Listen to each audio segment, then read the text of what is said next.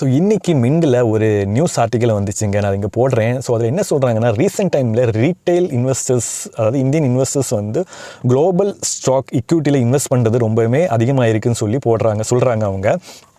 So அதுக்கு reason என்ன சொல்கிறாங்கன்னா, ரீசெண்ட் டைமில் லாஸ்ட் 1 இயராக இந்தியன் இக்விட்டியோட ரிட்டர்ன் வந்து 4.7 தான் இருக்குங்க.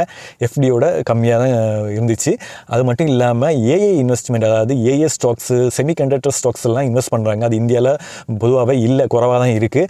ஸோ அதனால் அதில் இன்வெஸ்ட் பண்ணுறாங்க, நிறைய இன்வெஸ்ட்மெண்ட் பண்ணுறாங்க குளோபலி. இது பார்த்திங்கன்னா ஆர்பிஐனுடைய எல்லாரும் ஸ்கீம் இருக்குது. 2.5 லேக் வர நமக்கு, $2.5 lakh வர நமக்கு ஃபாரினில் இந்தியாவிலேருந்து நமக்கு மணி சென்ட் பண்ணலாம். அது என்ன பர்பஸ்லாம் பார்த்தீங்கன்னா, எஜுகேஷன், ட்ராவல், அப்புறம் இன்வெஸ்ட்மெண்ட்டுக்கும் பண்ணலாம். ஸோ இப்போ நம்ம பர்டிகுலர்லி இந்த ரீட்டைல் இன்வெஸ்டர்ஸ் வந்து எப்படி குளோபல் ஸ்டாக்ஸ் எல்லாம் வாங்குறாங்கன்னு பார்த்தீங்கன்னா, முதல்ல ETF மூலமாக வாங்குறாங்க.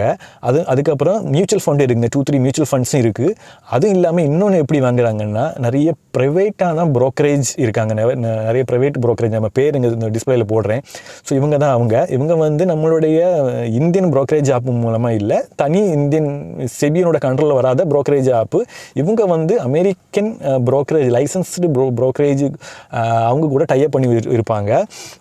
ஸோ அதாவது வந்து நம்ம இந்த ப்ரோக்கரேஜ், அதாவது இந்த ப்ரைவேட் ப்ரோக்கரேஜில் போகும்போது கேஒய்சி அப்டேட் பண்ணிவிட்டு நம்மளோட பேங்கை லிங்க் பண்ணணும். லிங்க் பண்ணும்போது இவங்க வந்து பேங்குக்கு, நம்ம இந்தியன் பேங்குக்கு பேப்பர் ஒர்க் கொடுப்பாங்களாம். இது வந்து எல்லாரும் ஸ்கீம் படி ஃபாரினுக்கு இன்வெஸ்ட் பண்ணக்கூடிய மணின்னு சொல்லி. அப்போ அந்த மணியை அவங்க நம்மளோட பேங்க் வந்து டாலராக கன்வெர்ட் பண்ணி இவங்களுக்கு கொடுப்பாங்க, இந்த ப்ரோக்கரேஜ் கொடுப்பாங்க. இவங்க வந்து குளோபல் ப்ரோக்கரேஜிட்ட இந்த டாலராக கொடுப்பாங்க. இந்த கொடுத்து அவங்க வந்து ஸ்டாக்ஸை, குளோபல் ஸ்டாக்ஸை வாங்குவாங்க. இப்படி தான் இதனுடைய ஒரு வே இருக்குங்க. ஸோ இது ஒரு வேங்க, இப்படி இந்த குளோபல் இது வாங்குறது, ஸ்டாக்ஸை வாங்குறது, ஈக்விட்டியை இன்வெஸ்ட் பண்ணுறது.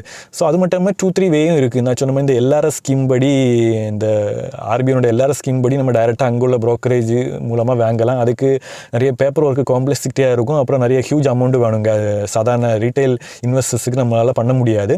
ஸோ அப்புறம் இன்னொன்று பார்த்தீங்கன்னா, இந்த கிஃப்ட் சிட்டியில் ஒரு இன்டர்நேஷ்னல் ஃபினான்ஸ் சர்வீஸ் சென்டர்னு சொல்லி ஒரு அவங்களும் இதே மாதிரி இந்தியாவோட லீகலாக அவங்களும் பண்ணுறாங்க. ஃபாரின்லாம் ஸ்டாக்ஸ் இன்வெஸ்ட்மெண்ட், ஈக்விட்டி, அப்புறம் ஃபாரின் ட்ரேட், அதாவது இந்த கரன்சி ட்ரேட்லாம் பண்ணுறாங்க. அதுக்கும் என்ன இந்த ஹியூஜ் மணி வேணும், NRI மாதிரியான அவங்க தான் பண்ணுறாங்க. NRI, அப்புறம் ஹியூஜ் மணி, ரீட்டைல் சாதாரண மினிமம் அமௌண்ட்டு த்ரெஷ்ஹோல்டே கொஞ்சம் ஹியூஜாக இருக்குங்க. ஸோ இப்படி தான் இந்த ஒரு வேலை தான் குளோபல் மார்க்கெட்டில் இன்வெஸ்ட் பண்ணலாம். ஸோ அப்படின்னு இந்த ஆர்டிக்கல் சொல்கிறது, அதை நான் கன்வே பண்ணுறேன் உங்கள்